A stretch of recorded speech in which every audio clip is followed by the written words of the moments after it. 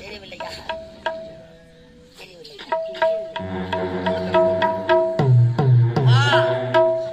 முழுசா சந்திரமுகியா மாறி இருக்கும் கெங்கா வப்பா.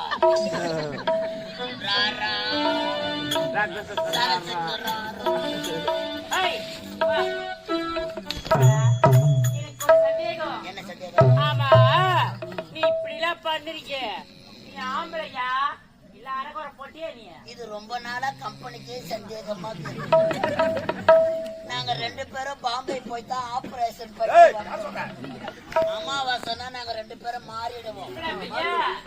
மலையனூர் வந்துப்பா, நாங்க பழம் சுத்தி போடுவோம்.